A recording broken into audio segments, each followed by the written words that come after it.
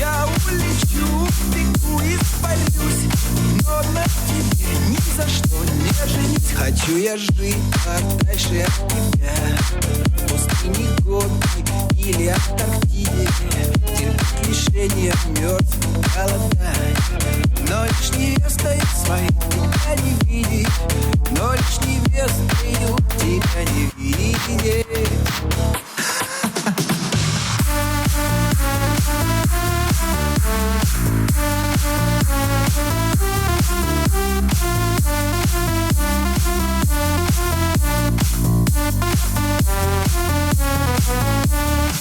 В общем, всем спасибо за просмотр. С вами был Елисей. И до свидания.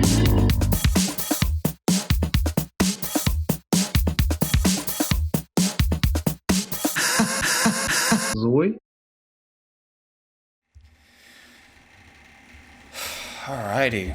Well, I beat that extremely fast today, which is extremely welcome because the end of this level is freaking impossible, but I'll talk about that in a second. Well, my grand total of attempts is 2,513, which is probably one of my most impressive shows of skill in this game. I actually freaking steamrolled this level, which is insane considering how, I don't even know, man. Like, I never thought that this level would be a level that I would beat quickly, because this level is hard. But hey, I impressed myself this time. I am very, very happy with that.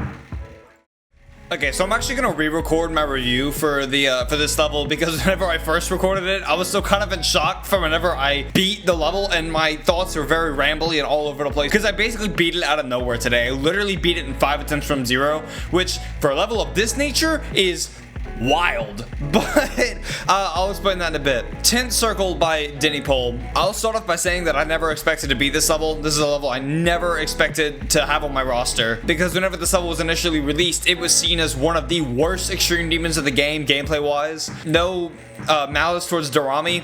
He verified it, and a lot of people played. I remember Localizer played it, and he was like, "This is like one of the worst things I've ever played." And I was like, "Oh, I probably won't ever play this." And just, you know, despite the fact that I really did like the music and I love the decoration, I think this is one of the best looking 9 Circles levels in the game. The gameplay scared me off because at the end of the day, that's what really matters when you play an extreme demon. Flash forward a little while later, Blitzer verified a balance update to this level, and it definitely made the level a lot better because I started hearing a lot more good things about the level. So it was never really on my radar, but I definitely was a little more open to it. I kind of messed around with it a bit here and there. I'd done a couple practice runs, kind of figured out how the level works, but I was always scared off by the fact that 1, 70 to 100 was so damn hard, and 2, the 31 choke point. So I actually didn't get around to playing the level for a very long time, up until I started using this level as a warm-up level to Bloodlust, and I ended up doing a bunch of practice runs, figuring out how the level worked.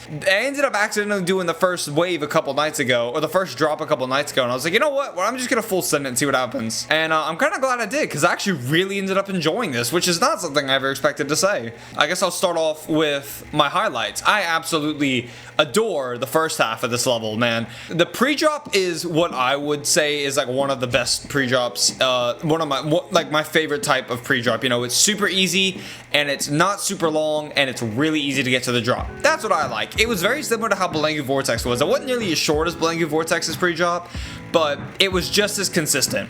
And I really like that because I don't like to spend my time playing pre-drops and levels. Yadagarasu. So yeah, that was a really nice thing to play through. I also just found the pre-drop relatively fun actually, which is really nice. Besides like 2 choke points. The first drop is by far my favorite part of this level, man. Oh, that wave. Both waves are so much fun. I split it up into the 2 parts.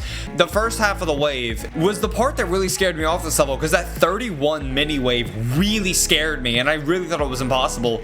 But whenever I ended up learning it, it actually got crazy consistent really quickly. That was probably the most consistent wave in the entire level for me, which was not expected, but was very welcome, considering how difficult it still is. It was also so satisfying to play. Like, I would play the wave and I'd be able to get past it. Anytime I did that 31 wave, I felt like such a badass, because the click pattern is very satisfying. The dual wave at the second part of the first drop is my favorite part of this entire level. That dual wave, despite it being really difficult, was so satisfying to play. I love that dual wave so much. It's super fast and it's super clicky. it's just the nature of the gameplay of the dual wave is very unique, and it was so fun to play. I kind of wish there was more stuff like that, because usually like dual waves and 9 circles levels, they're kind of like the one in Sonic Wave where it's just up and down and you don't have much variation. This one has a ton of variation and a lot of like really interesting, like, you know, gaps and stuff, and I really liked it. It was really fun.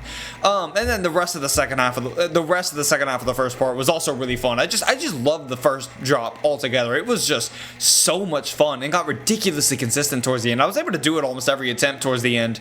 Now, I did just say I love the first half of this level. The second half of the level, or the dark half of this level, I don't like it. Not as much, not nearly as much. I'll start off with the break part in between the 2 drops. So, as a lot of people who play Extreme Demons know, moving objects gameplay can be very frustrating. And whenever you build a part like that break part, where all the objects look like they're swaying, there really is no way to make that play well. And what I mean by that is, you either have to make the structures move with the decoration, and while that gives for more accurate hitboxes and a more accurate placement of where the hitbox is, you will get killed by moving objects, which is incredibly frustrating. So, you know, that's not really a good option. The other option is don't make the objects themselves move, but only make the decoration move. And while that you won't get killed by moving objects, you won't know where the hitboxes are. So there really is no way to make a part like that play well, in my opinion. It did not play well. It always felt really awkward. I believe the creators of this level went with the first option, which was they made the structures move with the decoration, and I was killed by moving objects a lot, specifically in the ball and the ship at the very end of the part. The ball just was so awkward. It was such a weird combination of clicks. I had to do a lot of buffers to make sure that I wouldn't die to moving objects. And the ship, you would die most of the time to either invisible slopes that you'd hit or invisible spikes. While the part actually wasn't very bad because it's really easy compared to the rest of the level, I would still lose a lot of attempts there because of the moving objects, and it was pretty frustrating. And there really is no way to make a part like that play well, so I don't even know if I can blame the creators for that. But at the same time, I kind of can, because that was their decision to put it in the level. I get what they did, because the effect looks really good, but you know, how worth it is it to put a part like that in there whenever it sacrifices the quality of your gameplay? But like I said, it really wasn't that big a deal. It's just kind of a big gripe that I have. Finally, 70 to 100, by far the hardest part of this level. The first wave of the second drop and the second wave of the second drop, so ridiculously hard. They don't look hard at all, but then you play them and realize just how awkward the click patterns are and how difficult they are. Holy crap, dude, I was so surprised by how hard 77 was. Which that second wave of the second drop, by far the hardest part of this level, like without question. It trumps the difficulty of anything else in this level, and I got extremely lucky with this, only dying to 77. Like, I only died to the second drop 4 times in total. I fluked from 77 and died to the last jump, and I was like, oh dude, what am I gonna do? I just fluked everything hard, this is about to suck. And then today I got on, played 5 attempts from 0 and fluked it from 77 again, except this time I actually ended up beating the level. So that was really welcome. Very glad I did that, because this level could have been significantly worse. Like I said, the first wave and the second wave of the second drop are incredibly hard. Everything past those 2 waves is super awkward. The dual ship specifically was so weird to get down. The UFO click right before that dual ship was really damn hard, and I'm really surprised I didn't die there.